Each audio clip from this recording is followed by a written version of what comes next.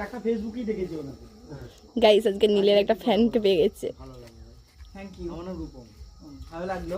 অবশ্যই আমার ভিডিও বেশি বেশি করে দেখবে, শেয়ার করবে। কাটা কোথায় বাড়ি? আমার হচ্ছে কাটোয়া আলমপুর গ্রাম। আলমপুর? হ্যাঁ। গাফুল আলমপুর? হ্যাঁ। আমি কাটা কোটে থাকি। ও তো তোমাদের ওখানে বাড়ি ওই কোটে কি করেন? কোটে কি করেন? হ্যাঁ হ্যাঁ হ্যাঁ, চিনি সুদয় দা। কি করেন কোটে? কাজ করে পিয়নের স্বাভাবিক। পিয়নের কাজ। সব কোনো কাজই তো ছোট নয়।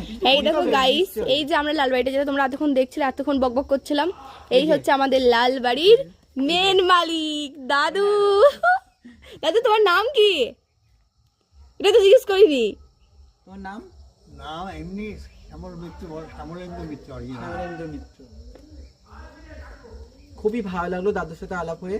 দাদু সত্যি। বললেন দাদুর বাবা এই বাড়িটি তৈরি করেছেন। দাদুর বাবা একজন জমিদার ছিলেন খুবই, আর দাদু এখনো পর্যন্ত এত বয়স হয়েছে তাও এই বাড়িটি দেখভাল করা, সব দেখাশোনা করা, এই বাড়িটি রিপেয়ার করা, মানে সব পরিষ্কার পরিচ্ছন্ন। আর এখনকার ছেলে মেয়েরা যা নোংরা করে, এখানে দাদু বললেন যে এখানে ভীষণ পরিমাণে নোংরা করে। তাই আমি আর যারা নেবে voice গুলো? আসো, মাইক্রোফোন হ্যাঁ, নেই তো? নিশ্চয়ই নেবে।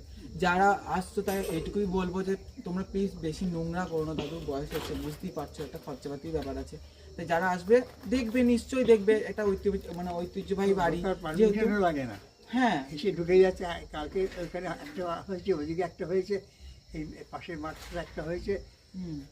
তাহলে তোমরা এটা তো করা ঠিক সব নয়। আমি এটুকুই বলবো, নোংরা ফেলে দিয়ে তোমরা দাদুর চলে কাছে পারমিশন নাও। দাদু যথেষ্ট ভালো মানুষ, আমি তো কথা বলে দেখলাম, যথেষ্টই ভালো মানুষ।